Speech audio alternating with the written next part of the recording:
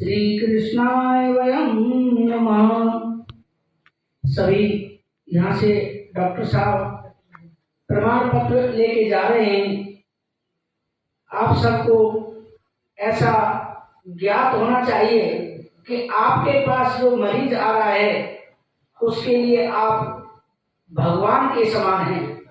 रोगी के लिए डॉक्टर एक भगवान की तरह होता है। एक उदाहरण के तौर पर मैं आपको समझा रहा हूं। वैसे अध्यक्ष का काम तो धन्यवाद देने का होता है, लेकिन जब कथावाचक नाम लगा है आगे तो मैं थोड़ा सा अपने उदाहरण के तौर पर बता देता हूं कि एक मिस्टर चड्डा थे। मुंशी प्रेमचंद जी अपनी लेखनी से लिखते हैं कि एक मिस्टर चड्डा थे और उनके पास एक बुजुर्ग दंपति आता है। लगभग उसकी उम्र 8 साल थी उनके लड़के की, और मिस्टर चड्डा अपना दुकान का शटर बंद कर ही रहे थे। उसी समय वो पहुंच गए। तो मिस्टर चड्डा को जो है का गोल्फ कोर्स का खेल खेलने का बड़ा शौक था, और जो बुजुर्ग दंपति था वह काफी अनुनय विनय करने लगा कि मेरा लड़का बीमार है, आप हमारे लड़के का इलाज कर दीजिए। लेकिन मिस्टर चड्डा बोला कि अब मेरा खेलने का समय हो गया है, अब मैं कोई काम नहीं करूंगा। मेरे को स्वस्थ रहने के लिए, फिट रहने के लिए मेरे लिए खेलना भी बहुत जरूरी है।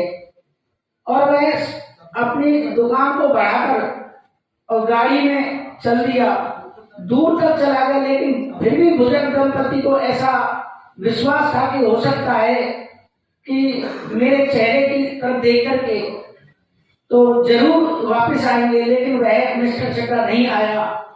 और एक दिन हुआ क्या कि जो मिस्टर चड्डा है उसके लड़के को, उनके एक ही लड़का था मिस्टर चड्डा के, और उनको सांप रखने का बड़ा शौक था। और उसका जन्मदिन आया, 20वीं साल का था, और उनके जो चड्डा का जो लड़का था राहुल राम, वह जब जन्मदिन पर सांपों को दिखा मार दिया। दवाई तो उसने सब रखी हुई थी, लेकिन वो ठीक नहीं हुआ। आखिर किसी ने बताया कि एक बुजुर्ग है, वो इलाज करता है, झाड़ फूक करता है, और वो बुजुर्ग वही था जो लड़का लेके आया था।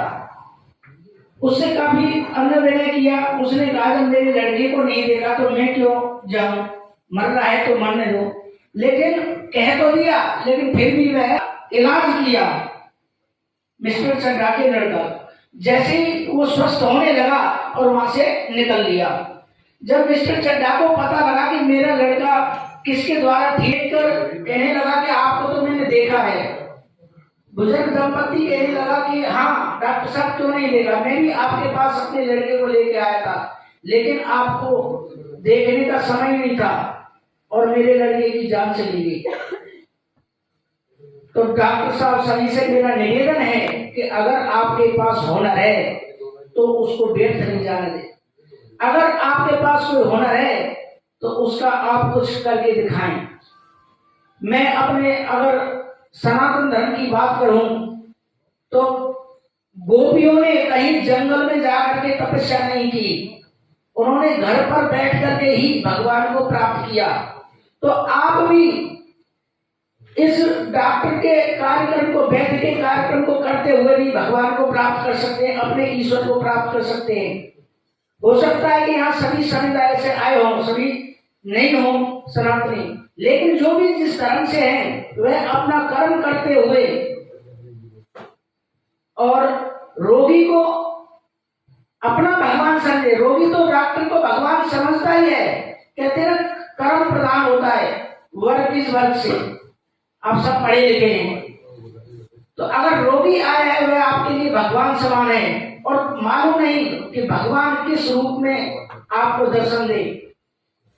मैं आप सबसे पुनः निवेदन करता हूं कि आज यहाँ से यही प्रतिज्ञा संकल्प लेकर के जाए कि हम अपनी डिग्री का सदुपयोग करेंगे, न कि दुरुपयोग करेंगे, और रोगी को एक प्राथमिकता देंगे। आप जिस कार्य के लिए आप जा रहे हैं, क्षेत्र में जा रहे हैं, धन कमाना भी एक परिस्थिति है, क्योंकि परिवार हमें चलाना है, लेकिन रोगी की सेवा करना भी आपका धर्म है।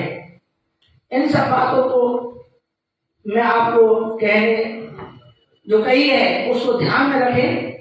और मैं आज के इस कार्यक्रम के लिए आप सभी को धन्यवाद देता हूं। और सती सावित्री अनुसुईया जैसे चरित्रवान मेरी छोटी बहन मंजू गोला जी को धन्यवाद दूंगा कि वो एक इंस्टीट्यूट को चलाते हुए घर में आज तक कोई नौकर भी नहीं रखा है और इतना सेवा देते हैं। एक बार ताली तो जरूर हो जाए।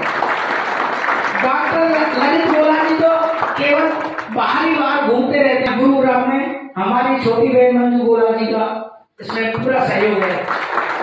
और एनएसएम के डिप्टी चीफ अपने आकाश अवस्थी का धन्यवाद जो यहाँ गुरुग्राम में पधारे। आदरणीय पिता तुल्य हमारे बीच में केसी मेहरा जी जज साहब जो आए, एनसी मेहरा जी, उनका धन्यवाद जो यहाँ गुरुग्राम में आकर के दर्शन दिए। और आप सभी का आभार जो इतना अच्छा कार्यक्रम किया, बड़े अनुशासित रूप में आप बैठे हैं। और हमारे जो है मानेसर से आए मेरे बड़े भाई जय धर्मेंद्र जी का भी बहुत बहुत धन्यवाद। राधे राधे, जय श्री राधे।